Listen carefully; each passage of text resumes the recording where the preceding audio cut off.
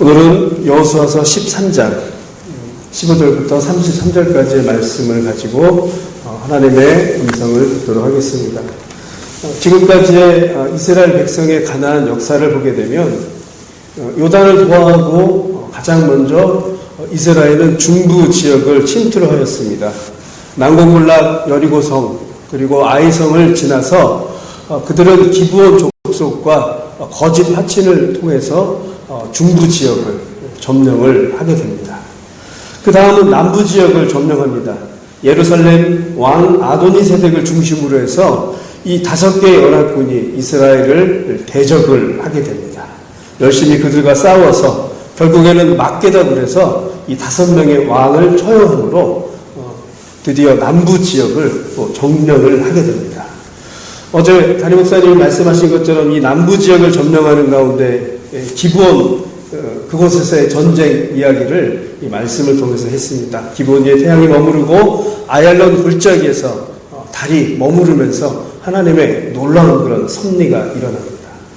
자신들의 백성들을 위해서 또 언약의 성취를 위해서 하나님은 창조 질서까지 잠시 멈추게 하면서 그렇게 하나님의 역사를 진행을 합니다. 그 이후에 북부도 점령을 하게 됩니다. 그곳에서도 이스라엘 백성들을 대적하기 위해서 연합군이 형성이 되죠.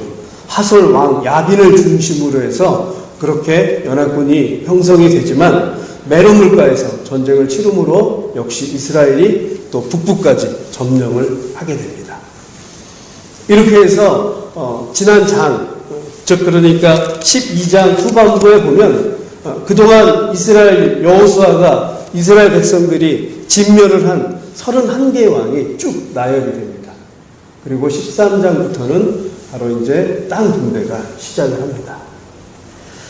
이제 13장 중반 이후부터 본격적으로 땅 분배가 시작이 되면서부터 오늘 읽은 이 본문에 보면 전혀 생소한 가끔 알고 있는 그런 지역 외에 전혀 생소한 그런 지역들이 계속해서 나열이 됩니다.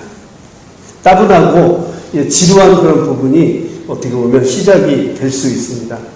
저도 이 말씀을 묵상하면서 설교를 준비하면서 왜 이렇게 따분하고 지루할까? 생소한 지명일까? 생각을 해보았습니다. 이유는 간단했습니다. 하나님이 이런 은혜를 주셨습니다. 내 땅이 아닌 것이었습니다. 내 땅이 아닌 것이기 때문에 그 지역이 굉장히 생소하고 따분했었습니다.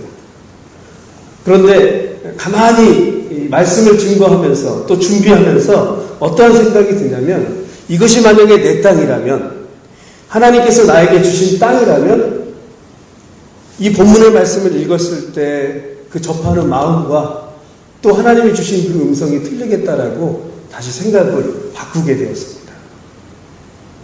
사랑하는 성도 여러분, 이스라엘 백성이 지금 이 상황에서의 이 땅은 정말로 그토록 기다렸던 땅이었다라고 하는 것입니다. 400년 기나긴 그 애굽 생활을 통하고 그리고 엄청난 전쟁의 과정을 지나서 드디어 땅의 분배를 받는 그런 정말 중요하고 아주 절정의 그런 순간이 바로 이 순간이었다라고 하는 것입니다. 만약 우리가 이스라엘 백성의 입장으로 서 있다면 그야말로 심장이 쿵쾅거리고 내가 받을 그 땅을 바라보면서 이 본문을 아마 읽었을 것입니다. 바꿔 이야기하면 오늘 본문을 통해서 하나님께서 우리에게 주신 분기, 하나님께서 우리에게 주신 그 땅이 어떤 것인지 깨달으며 그렇게 또 은혜 받는 시간 되기를 간절히 바라겠습니다. 사랑하는 성도 여러분, 오늘 본문을 보면 이 가나안 땅의 정복은 사실은 아직 완전히 다 정복되지 않은 그런 상황이었습니다. 그럼에도 모세에 의해서부터 이미 분배가 시작이 되었다라고 하는 것입니다. 오늘 본문 이전에 13장 1절에 보면 오늘의 팔레스타인, 그러니까 블레셋 지역이죠. 그리고 이 구슬 지역, 이 두 지역을 점령하지 않은 채 땅 분배가 시작이 됩니다. 사실은 여러분, 땅 분배라고 하는 것은 이미 내 땅이어야 되고 완전한 그런 모든 적군들을 다 물리쳐 놓고 그 다음에 땅 분배가 진행이 돼야 되는데 본문의 상황을 보면 그렇지 않았다라고 하는 것입니다. 몇몇 군데에 상당히 넓은 지역을 남겨놓고 먼저 발만 들여놓고 그렇게 땅 분배를 시작했다라고 하는 것입니다. 분배란 정확하게 말하면 정복이 이루어진 이후에 그렇게 시작을 해야 하는데 그렇지 않았다라고 하는 것입니다. 그러한 이유에는 가장 중요한 것은 바로 하나님께서 이스라엘 백성에게 반드시 주고자 하는 그런 땅이었기 때문에 점령하지 않은 채 이렇게 분배를 시작했다라고 하는 것입니다. 이미 백성들에게 주시기 위한 목적을 분명하게 가졌기 때문에 그래서 땅 분배를 시작했다라고 하는 것입니다. 13장 1절에 보면은요, 여호수아의 나이가 상당히 많았습니다. 기력이 쇠하였습니다. 그리고 많은 학자들은 이 사람이 지금 이 상황에서 기력이 쇠하기 때문에 죽기 전에 이스라엘 백성들에게 땅 분배를 해야 되겠다라고 이렇게 해석을 하는 사람도 있지만 그렇지 않습니다. 때가 되었기 때문에 땅 분배를 하는 것입니다. 그리고 아직 소유할 땅이 너무나도 많이 있었기 때문에 지금부터 시작을 했다라고 하는 것입니다. 그리고 더 중요한 것은 85세의 갈렙은 나이가 많은 상황에도 헤브론 산지를 달라고 했었던 것처럼 나이가 중요하지 않았다라고 하는 것입니다. 여호수아에게 그 많은 나이에도 땅을 분배를 시작했다라고 하는 것은 바로 이 땅이 바로 너희들의 땅이다라고 하는 것을 분명하게 일러주는 것이었습니다. 그래서 그 분기대로 땅을 그렇게 하나하나 나누어 주기 시작한 것입니다. 땅을 정복하지 않음에도 그렇게 분배가 시작이 된 것입니다. 더 이상 확장하지 않아도 하나님께서 시작을 해 주셨습니다. 그런데 가만히 보면 왜 정복하지 않은 채 하나님께서 이렇게 땅 분배를 먼저 시작을 하셨을까 궁금증을 가질 수 있습니다. 가장 첫 번째 이유는 그들에게 안주하는 신앙을 갖지 않게 하기 위해서 하나님은 땅 분배를 먼저 했던 것입니다. 많은 전쟁과 고생으로 이제 분배가 시작이 되면 그들은 자신의 주어진 땅 안에서 그저 농사 짓고 그리고 적군 정도 물리치고 그렇게 안주하면서 생활을 하려고 했었을 것입니다. 그래서 하나님은 그들에게 가장 먼저 그렇게 안주의 신앙을 갖지 않기 위해서 땅 분배를 시작해 주신 것입니다. 어떤 면에서 이 본문을 통해서 우리가 배워야 할 것은 우리 신앙인들도 이만하면 됐지라고 하는 그런 아주 위험한 그런 신앙, 우리의 삶을 무너뜨리고 이만하면 됐지라고 하는 그런 신앙은 우리의 믿음을 좀먹게 한다라고 하는 것입니다. 이스라엘 백성들에게 굉장히 많은 고난을 통해서 거기까지 왔지만 그러나 그게 다가 아니라는 것을 이 땅 분배를 통해서 하나님은 일러주고 있습니다. 오늘 22절에 보면 르우벤 자손이 이 땅 분배를 받게 됩니다. 그때 그곳에서 부올의 아들이자 점술가인 발람을 죽이는 그런 이제 사건이 일어납니다. 무슨 말이냐면 땅 분배가 시작이 되면서 그곳에 아직도 악한 것들이 있기 때문에 너희들은 그곳에서 하나님을 반대하는 그런 악한 신들을 점령을 해야 된다라고 하는 거룩한 지평의 일들을 그들에게 주신 것입니다. 그래서 22절에 보면 이 르우벤 자손들은 그렇게 하나님을 반대하고 거룩하지 못했던 것들을 점령을 하나하나 해 나가기 시작합니다. 하나님이 우리에게 이 믿음의 분깃을 주신 것, 땅을 완전히 차지하지 않았지만 먼저 그렇게 주었던 이유는 바로 하나님의 거룩한 지평을 우리의 삶에서 그렇게 진행해 나갔다라고 하는 그런 뜻도 다르니 오늘 본문을 통해서 말을 해주고 있습니다. 마태복음 25장에 보면 예수님의 달란트 비유가 나옵니다. 3명의 종이 나오죠.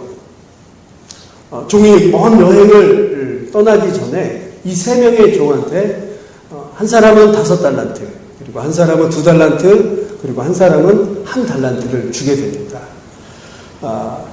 지금의 이 달란트를 환산해 보면 금으로 약 1달란트가 34kg 정도 된다고 합니다. 그러니까 어마어마한 그런 돈을 맡겨놓고 그렇게 간 것입니다. 그렇게 돌아왔을 때 5달란트는 5달란트를 남겼고 2달란트 받은 종은 2달란트를 남겼지만 1달란트 받은 이 종은 받고 그것을 땅에 묻습니다. 주인은 그들에게 달란트를 주었을 때는 여러 가지 이유가 있었습니다. 가장 큰 이유는 바로 뭐든지 시도해 보라고 했다라고 하는 것입니다. 종들에게 그렇게 큰 금액을 준 것은 뭐든지 한번 너희들이 시도해 보라. 내가 너를 신뢰하니까 한번 이것을 가지고 이윤을 남겨봐라라고 그렇게 했습니다.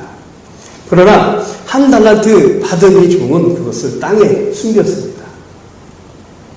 이 종의 말은 어떻게 보면 안이한 그런 신앙생활을 대표하는 사람의 그런 모습으로 대답을 합니다. 내가 두려워서 이 달란트를 숨겼습니다. 라고 그렇게 말을 합니다. 적게 받아서 한 달란트이기 때문에 숨겼다라고 하는 것이 아니고 두려워서 그렇게 숨겼습니다. 그렇게 말을 합니다. 책망을 나중에 받게 되죠.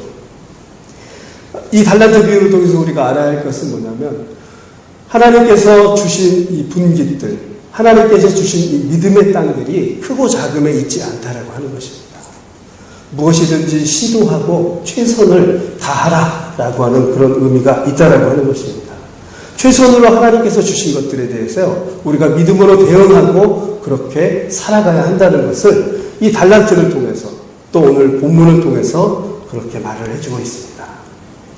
사랑하는 성도 여러분, 그렇다면 여러분께 주신 이 가나안 땅, 여러분께 주신 그런 분깃은 어떤 것이 있을까요?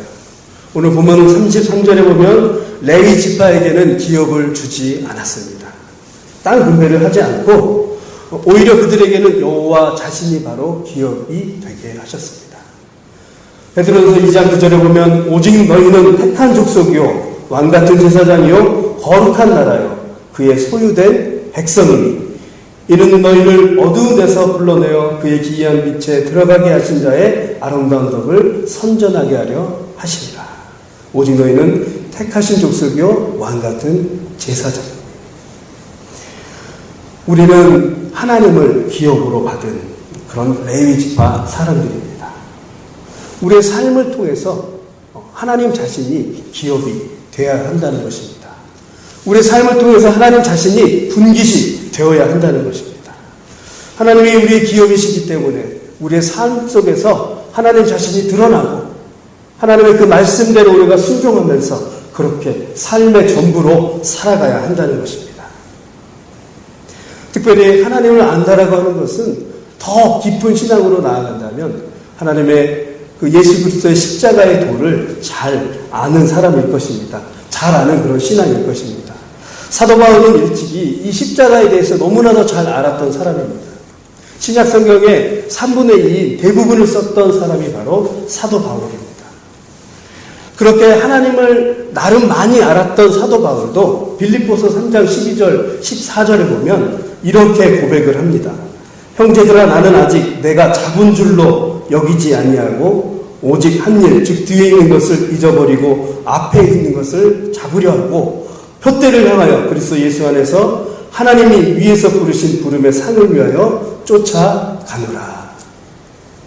내가 잡은 줄로 여긴 것들을 뒤로 하고 오히려 표대를 향하여서 내가 쫓아간다라고 그렇게 바울은 이야기를 하고 있습니다. 무슨 말이죠?